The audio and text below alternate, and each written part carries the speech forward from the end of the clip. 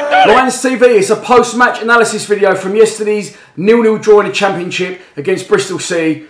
Mate, what an absolute day. Absolute slog of a day for me. Ridiculous. Everything that could go wrong went wrong other than the result.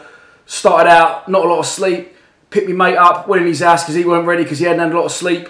Ended up coming out of his house, somehow had a burst tyre. I don't have a West Ham fan walk past or something, or a Lions TV hater, but yeah, burst tyre, so we don't have to drive his motor there, which I could write down with Alex, a brand spanking new dream machine. If anyone saw me in the car after the game all shouting out, Lions TV earns too much money off Lions TV. It weren't my motor, unfortunately. I really do wish it was. Then we got stuck on the M25 for 2 hours. I've driven to 2 away games. It took me 10 hours in total to get both of them. Never again. I'll be getting on the rattler from now on, I think. And then, yeah, 5 hours in total to get there. When we get there, we go to the weighing ticket office. And my mate's got a box at me also. He's had 3 tickets sent up for us. No tickets when I got there, so I missed the first half hour of the game. To be fair, the old Bill will be alright trying to let us in. Well, I am old Bill, that's probably why it's been alright. But they let us in. They want to let us in, but the stewards didn't want to let us in, being fucking busy jobs worths.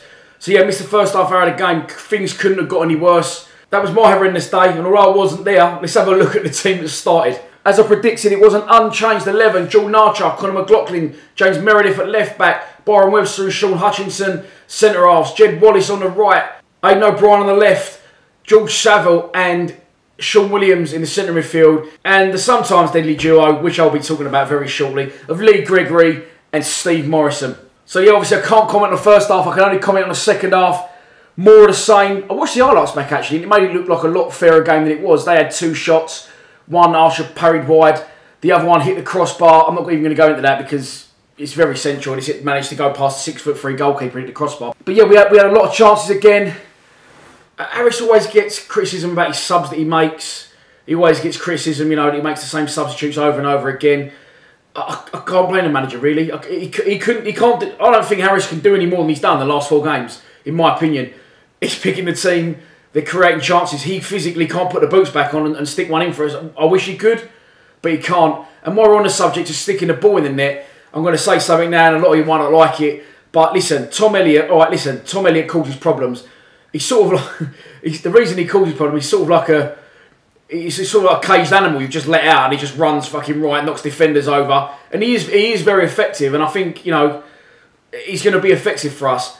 But I will say, I don't think Tom Elliott is the answer for us. I would have loved to have seen us put our hand in the pocket and break the bank for a £1-2 million striker in the summer. If we'd have done that for one of the first times in our history, I think we'd be seeing a lot prettier than we are now. Having said that, all this shit that Morrison and Gregory are getting, I don't think it's warranted.